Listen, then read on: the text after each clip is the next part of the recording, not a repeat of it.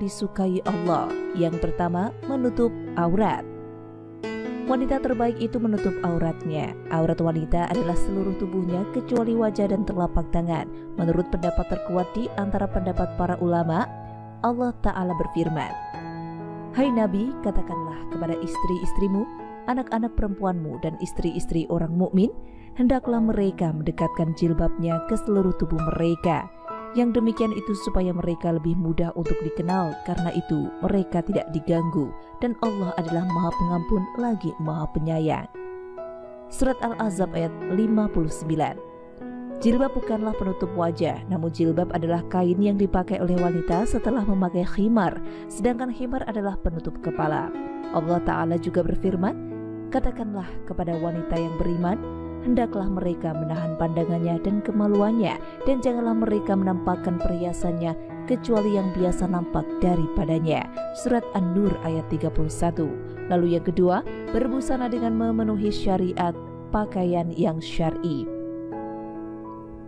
Wanita yang menjadi idaman sepatutnya memenuhi beberapa kriteria berbusana berikut ini yang kami sarikan dari berbagai dalil Al-Quran dan juga As-Sunnah. Syarat pertama, menutupi seluruh tubuh termasuk kaki kecuali wajah dan telapak tangan. Syarat kedua, bukan memakai pakaian untuk berhias diri. Allah Ta'ala berfirman, "Dan hendaklah kamu tetap di rumahmu dan janganlah kamu bertabarruj seperti orang-orang jahiliyah pertama." Surat Al-Ahzab ayat 33. Abu Ubaidah mengatakan tabarruj adalah menampakkan kecantikan dirinya. Az-Zujaj mengatakan tabarruj adalah menampakkan perhiasan dan setiap hal yang dapat mendorong syahwat atau godaan bagi kaum pria. Syarat ketiga, longgar, tidak ketat dan tidak tipis sehingga tidak menggambarkan bentuk lekuk tubuh. Syarat keempat, tidak diberi wewangian atau parfum. Dari Abu Musa Al-Asy'ari bahwanya ia berkata, Rasulullah SAW bersabda, "Seorang perempuan yang mengenakan wewangian lalu melalui sekumpulan laki-laki agar mereka mencium bau harum yang dia pakai, maka perempuan tersebut adalah seorang pelacur." Hadis riwayat An-Nasa'i, Abu Daud, Tirmizi dan Ahmad. Syarat kelima, tidak menyerupai pakaian pria atau pakaian non-muslim. Dari Ibnu Abbas radhiyallahu an berkata, Rasulullah melaknat kaum pria yang menyerupai kaum wanita dan kaum wanita yang menyerupai kaum pria. Hadis riwayat Bukhari. Rasulullah SAW juga bersabda, "Barang siapa yang menyerupai suatu kaum, maka dia termasuk bagian dari mereka." Hadis riwayat Ahmad dan Abu Daud. Inilah di antara beberapa syarat pakaian wanita yang harus dipenuhi. Inilah wanita yang pantas dijadikan kriteria. Lalu yang ketiga, betah tinggal di rumah. Di antara yang diteladankan oleh para wanita salaf yang solehah adalah betah berada di rumah dan bersungguh-sungguh menghindari laki-laki, serta tidak keluar rumah kecuali ada kebutuhan yang mendesak. Hal ini dengan tujuan untuk menyelamatkan masyarakat dari godaan wanita yang merupakan godaan terbesar bagi laki-laki.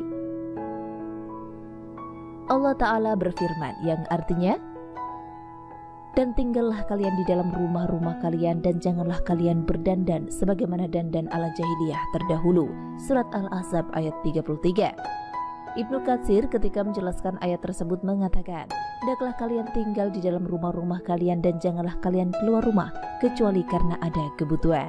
Dari Abdullah, Nabi SAW bersabda, "Sesungguhnya perempuan itu aurat. Jika dia keluar rumah maka setan menyambutnya.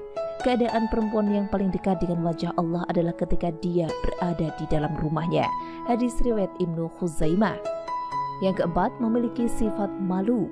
Rasulullah SAW bersabda, "Rasa malu tidaklah mendatangkan kecuali kebaikan." Hadis riwayat Bukhari dan Muslim. Kriteria ini juga semestinya ada pada setiap wanita. Contohnya adalah ketika bergaul dengan pria, wanita yang baik seharusnya memiliki sifat malu yang sangat. Cobalah perhatikan contoh yang bagus dari wanita di zaman Nabi Musa alaihissalam. Allah Ta'ala berfirman, "Dan tatkala ia sampai di sumber air negeri Madian, ia menjumpai di sana sekumpulan orang yang sedang meminumkan ternaknya.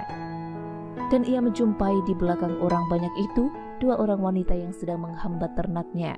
Musa berkata, 'Apakah maksudmu dengan berbuat begitu?' Kedua wanita itu menjawab, 'Kami tidak dapat meminumkan ternak kami sebelum penggembala-penggembala itu memulangkan ternaknya, sedangkan bapak kami adalah orang tua yang lebih lanjut umurnya.' maka Musa memberi minum ternak itu untuk menolong keduanya. Surat Qasas ayat 23-24. Lihatlah bagaimana bagusnya sifat kedua wanita ini. Mereka malu berdesak-desakan dengan kaum laki-laki untuk meminumkan ternaknya. Namun coba bayangkan dengan wanita di zaman sekarang ini. Tidak cukup sampai di situ kebagusan akhlak kedua wanita tersebut. Lihatlah bagaimana sifat mereka tatkala datang untuk memanggil Musa alaihi salam. Allah melanjutkan firman-Nya, kemudian datanglah kepada Musa salah seorang dari kedua wanita itu berjalan penuh rasa malu. Ia berkata, sesungguhnya bapakku memanggil kamu agar ia memberikan balasan terhadap kebaikanmu memberi minum ternak kami. Surat Al-Qasas ayat 25. Ayat yang mulia ini menjelaskan bagaimana seharusnya kaum wanita berakhlak dan bersifat malu. Allah menyifati gadis wanita yang mulia ini dengan cara jalannya yang penuh dengan rasa malu dan terhormat. Yang kelima, taat dan menyenangkan hati suami. Istri yang taat pada suami senang dipandang dan tidak membangkang yang membuat suami benci. Itulah sebaik-baik wanita. Dari Abu Hurairah radhiyallahu anhu, dia berkata, pernah ditanyakan kepada Rasulullah SAW, siapakah wanita yang paling baik? Jawab beliau, yaitu yang paling menyenangkan jika dilihat suaminya, mentaati suami jika diperintah, dan tidak menyelisihi suami pada diri dan hartanya, sehingga membuat suami benci. Hadis riwayat An-Nasai dan Ahmad. Begitu pula tempat seorang wanita di surga ataukah di neraka dilihat dari sikapnya terhadap suaminya, apakah ia takut ataukah durhaka. Al-Husain bin Mihsan menceritakan bahwa bibinya pernah datang ke tempat Nabi SAW karena satu keperluan. Selesainya dari keperluan tersebut, Rasulullah SAW bertanya kepadanya, apakah engkau sudah bersuami? Bibi Al-Husain menjawab, sudah. Bagaimana sikap engkau terhadap suamimu? Tanya Rasulullah SAW. Ia menjawab, aku tidak pernah mengurangi haknya kecuali dalam perkara yang aku tidak mampu. Rasulullah SAW bersabda, lihatlah di mana keberadaanmu dalam pergaulanmu dengan suamimu, karena suamimu adalah surga dan nerakamu. Hadis riwayat Ahmad. Keenam, menjaga kehormatan anak dan harta suami. Allah Ta'ala berfirman, sebab itu maka wanita yang soleh ialah yang taat kepada Allah lagi memelihara diri ketika suaminya tidak ada. Surat An-Nisa ayat 34. At-Tabari mengatakan dalam kitab tafsirnya, wanita tersebut menjaga dirinya ketika tidak ada suaminya, juga ia menjaga kemaluan dan harta suami. Di samping itu ia wajib menjaga hak Allah dan hak selain itu. 7. Bersyukur dalam pemberian suami. Seorang istri harus pandai-pandai berterima kasih kepada suaminya atas semua yang telah diberikan suami kepadanya. Bila tidak, si istri akan berhadapan dengan ancaman neraka Allah Ta'ala. Selesainya dari sholat kusuf atau sholat gerhana, Nabi SAW bersabda, menceritakan surga dan neraka yang diperlihatkan kepada beliau ketika sholat. Dan aku melihat neraka, aku belum pernah sama sekali melihat pemandangan seperti hari ini.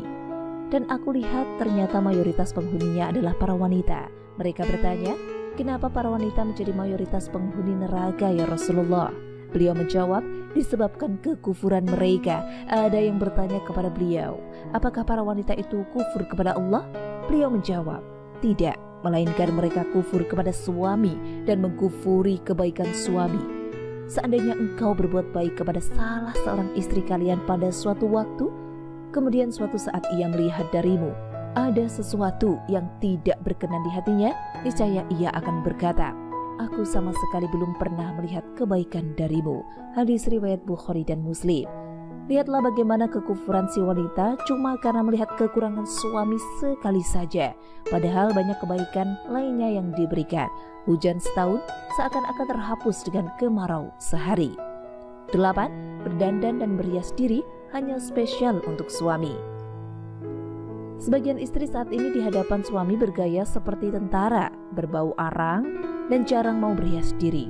Namun ketika keluar rumah, ia keluar bagai bidadari. Ini sungguh terbalik. Seharusnya di dalam rumah ia berusaha menyenangkan suaminya. Demikianlah yang dinamakan sebaik-baik wanita. Dari Abu Hurairah radhiyallahu anhu, dia berkata, pernah ditanyakan kepada Rasulullah, siapakah wanita yang paling baik? Jawab beliau, yaitu yang paling menyenangkan jika dilihat suaminya mentaati suami jika diperintah dan tidak menyelisihi suami pada diri dan hartanya sehingga membuat suami benci. Demikian, semoga bermanfaat bagi setiap wanita. Semoga Allah memberikan taufik untuk mengamalkannya. Terima kasih sudah menyimak video ini. Sampai jumpa di video selanjutnya. Wassalamualaikum warahmatullahi wabarakatuh.